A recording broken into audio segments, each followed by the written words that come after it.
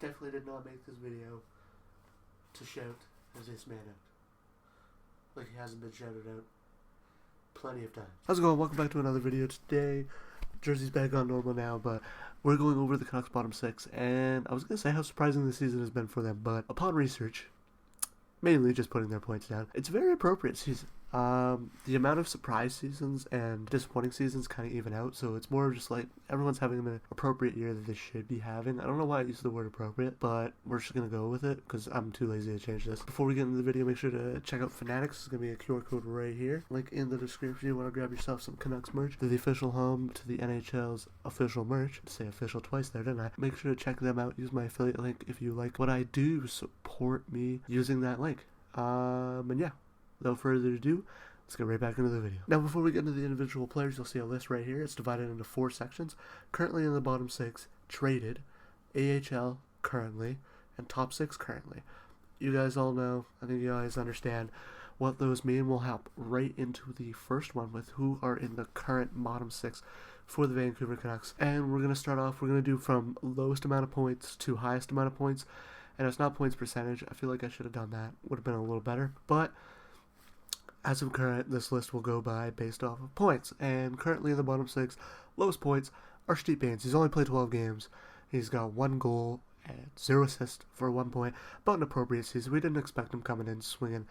I'm not a big, complete fan of his play. I think that some people may like him more than I do. I think he's a very good AHL player.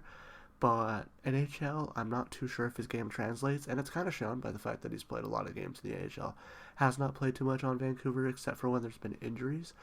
There's no injuries right now, but he's playing. But I'm not saying he's bad. I'm just saying that, he is that fringe guy who will come up, he'll provide some good play. I think he's very smart. He's a very smart player. I see him getting into the spots that he needs to be, and that's honestly something of his game that I enjoy watching, but I don't know, it's the defensive for me. I think he's decently defensive when I go to watch him in Absor, the games that I've seen, but Canucks, I haven't really noticed anything. Now, have I noticed him on the ice too many times when he's been playing? Yes and no, and a majority of it is a smart play, but I've really noticed him.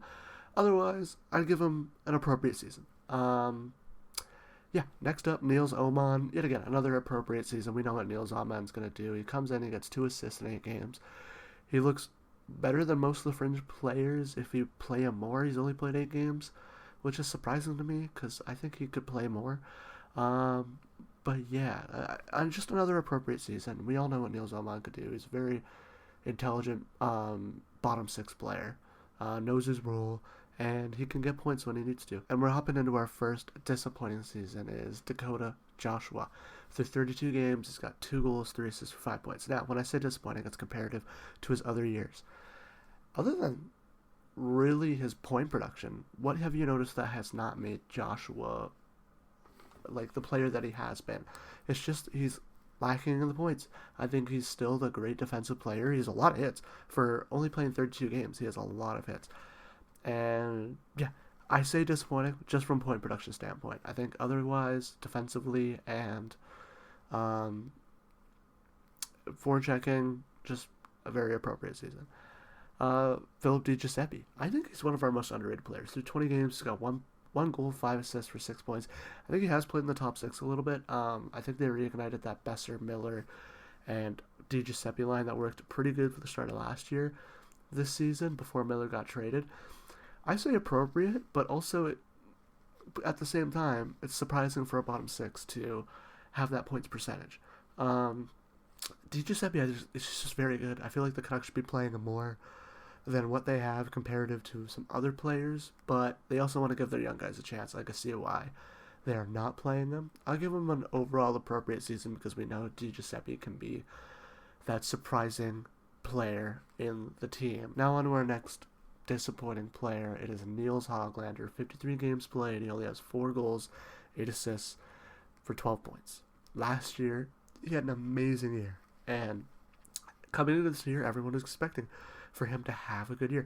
And I remember he did have a slow little end to last season, just kind of like how Elias Pettersson did. And it continued into this year. Just not the best season for Niels Hoglander. A lot of trade rumors. Personally, I think they should hold on to him. I'm very stingy about getting rid of players. But yeah, honestly, I think they should keep him. Hopefully he has a bounce back year next. I feel like next year is Niels Hoglander's do or die season when it comes to playing with Vancouver. Next up, Teddy Blueger. Through 57 games, he's got 5 goals, 12 assists, 17 points. I gave that an appropriate season. I think it's really just what Teddy Blueger can do. Maybe a little more points for being that third line center, especially because he'll play with the next guy we talk about, Dakota Joshua. Dakota Joshua's having a disappointing season, and the next guy we're talking about has moved up in the lineup a couple times, so I can see why Teddy Blueger's points wouldn't be too high. He's played on the fourth line as well a little bit this season, so it's just probably time on ice. I could have went and gathered that stat and probably would have helped a little bit, but I think that Teddy Blueger's having an appropriate season comparative to what we expect out of him. Connor Garland, 57 games, he's got 14 goals, 20 assists, 34 points. I originally had him as surprising, but then I realized, nope, it's kind of just what Connor Garland does. That's the kind of player he is. Now, a lot of people would consider him a top 6. Currently, as of last game against Utah, which is what I'm going off for this list, he was in the bottom 6. So that's why he's currently in this current bottom 6 category. Connor Garland. We know what he's going to do. He's small, but he's able to play that bigger kind of game. Get in there, get into the corners, battle. Good defensively. He's really hard on his stick because of how small he is and how he plays. He crouches down a lot. And yeah, honestly, I felt like I was going to talk about Connor Garland more than I am actually going to talk about him. Appropriate season. Pew Sitter. 56 games played. He's got 14 goals. 12 assists for 26 points. I think the first half of the season, so far. So if we split the season we've played so far in half, it's 56 games. I think surprising. Was very surprising at the start of the year. He's one of our top goal scorers. I'm pretty sure he's up there in points as well. And then it's kind of just been an appropriate season since then. It's kind of evened out. And I think he's on pace for another just kind of like career average year. I think it might be a little bit surprising. I do have his lead prospects pulled up. I'll look. Actually, yeah, I would consider it still surprising because his appropriate point totals, he's going to blast past those. He might actually have a career year this season. He's projected to have the most points in his career, the most goals. So it is surprising, but at the same time, he did have a 36-point campaign with Detroit in his, I believe it was his rookie year. It was. In his rookie year, or his sophomore year with Detroit. Apologies. His first year was with Chicago. Now we'll move on to the traded category. This one's going to be pretty quick and simple. Daniel Sprong, 9 games played, 1 goal, 2 assists, 3 points, appropriate. Got rid of him for future considerations.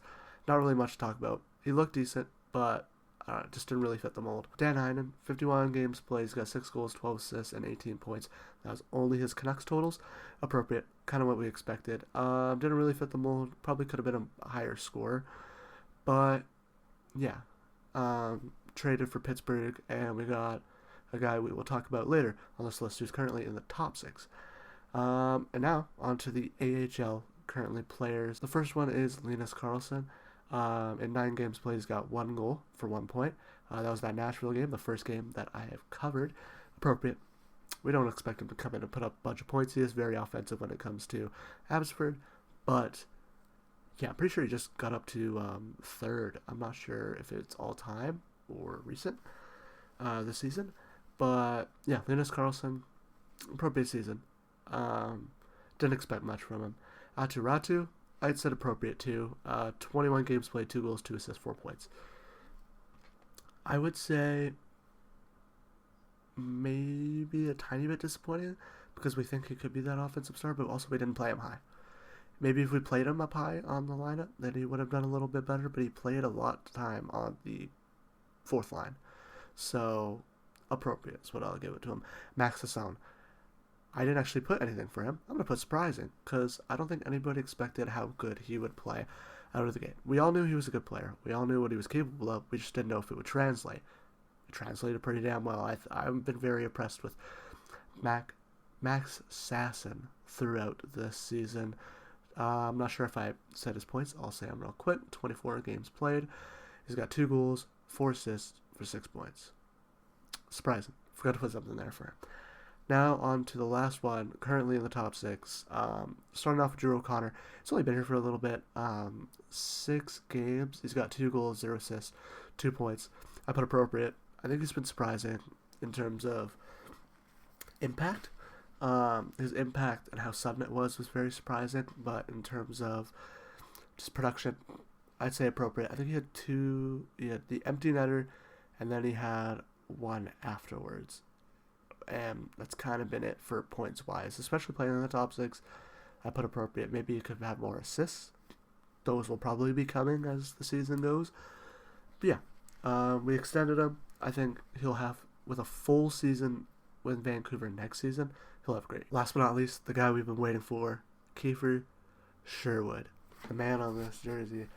I met him. I'll put the picture up right here. Yeah, quickly became probably a lot of people's favorite player this season. Through 53 games, he's got 13 goals, 10 assists for 23 points. His forecheck, back check, just awesome. His production he's having a career year. Yeah, this has definitely been the most surprising addition the Canucks have had in a while. I can't believe Nashville let him go. Him and Lankinen, just very surprising. Maybe not too surprising in terms of what people knew that he could possibly do, but in terms of just how he's been producing in the NHL, definitely surprising. And yeah, I could talk about Kiefer Sherwood for so long. I do have to at least say this: 300 hits so far, the fastest player to do it. I know a lot of people put an asterisk on there because of maybe they don't count a lot of soft hits, according to my dad, and I would say probably the older crowd would say that as well. But still, 300 hits. That's what they count as a hit. And yeah, that will do it. If you enjoyed this breakdown of the Canucks bottom 6, kind of just a put together thing, I actually did enjoy looking through this note because it gives a spotlight to the players that might not get it a lot, especially with the whole JT Miller, Elias Pettersson overshadowing the whole Canucks season. These guys definitely need to be talked about, and although some players are having disappointing seasons, I still believe in them. Dakota Joshua, it's just points production. Still believe in him. Niels Hoglander, I still believe he could be the player that he can be. He's just having a down year this year.